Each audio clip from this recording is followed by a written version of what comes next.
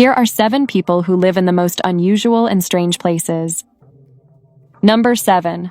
Carlos. Carlos, a Cuban immigrant, has turned a sewer beneath the graffiti-covered walls of the Freedom Rail Tunnel in New York City into his home for years. He transformed this underground space into a functional home, complete with a computer, fridge, printer, and microwave, all salvaged from discarded treasures. He even managed to source electricity from a nearby power line. Despite the harsh conditions, he created a space of his own.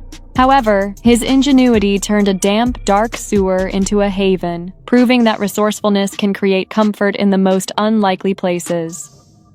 Number 6. Bratislav Stojanovic.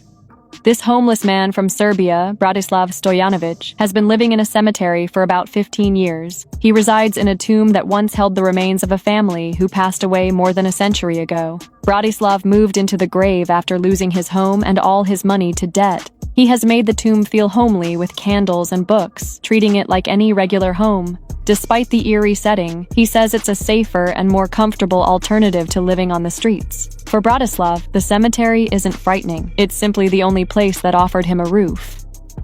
Number 5. Prem Raj Das.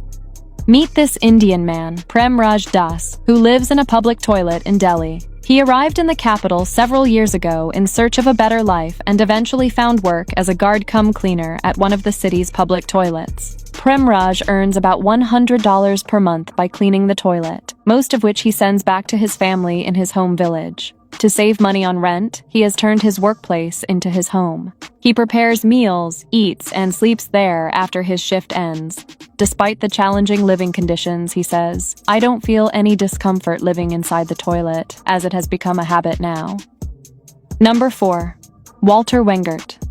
Walter Wengert, a man who chose to live in a rail tunnel beneath the busy streets of New York City. He turned an empty high space inside the tunnel into his home and lived there for 25 years. He managed to get electricity and transformed the space into a shelter, complete with personal belongings like a self-repaired computer, a radio, books, and a makeshift kitchen. He supported himself by surviving on the city's leftovers and collecting cans to sell for scrap metal. Unfortunately, his life ended in 2012 when he was struck by a train.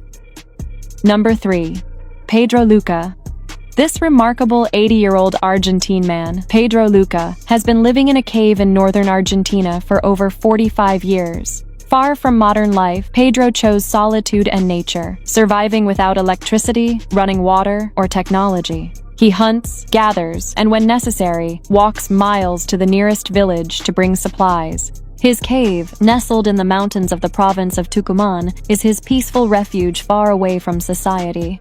He raised goats there, hunts animals and birds with his rifle, relies on springs for drinking water, and cooks over an open fire. Despite the challenges, Pedro says he finds joy in nature's silence and avoids modern problems. Number 2. Miguel Restrepo. Let me introduce you to Miguel Restrepo, a Colombian man who has been living in an abandoned sewer for over 22 years. Once a victim of addiction and homelessness, he discovered this 6x3-meter underground chamber. With his wife and dog by his side, he transformed the space into a clean and functional home, complete with electricity, a TV, and even a small kitchen. Despite the challenging living conditions, Miguel has expressed contentment with his life in the sewer, stating, "I live better than the president here. No one bothers me and I don't bother anyone." Number 1. Mick Dodge.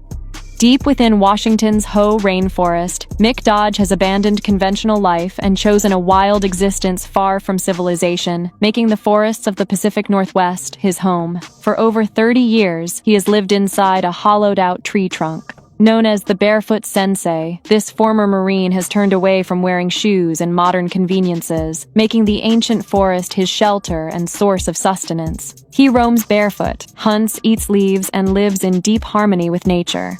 In a world consumed by technology and urbanization, Mick's journey reminds us of the primal connection humans once had with nature.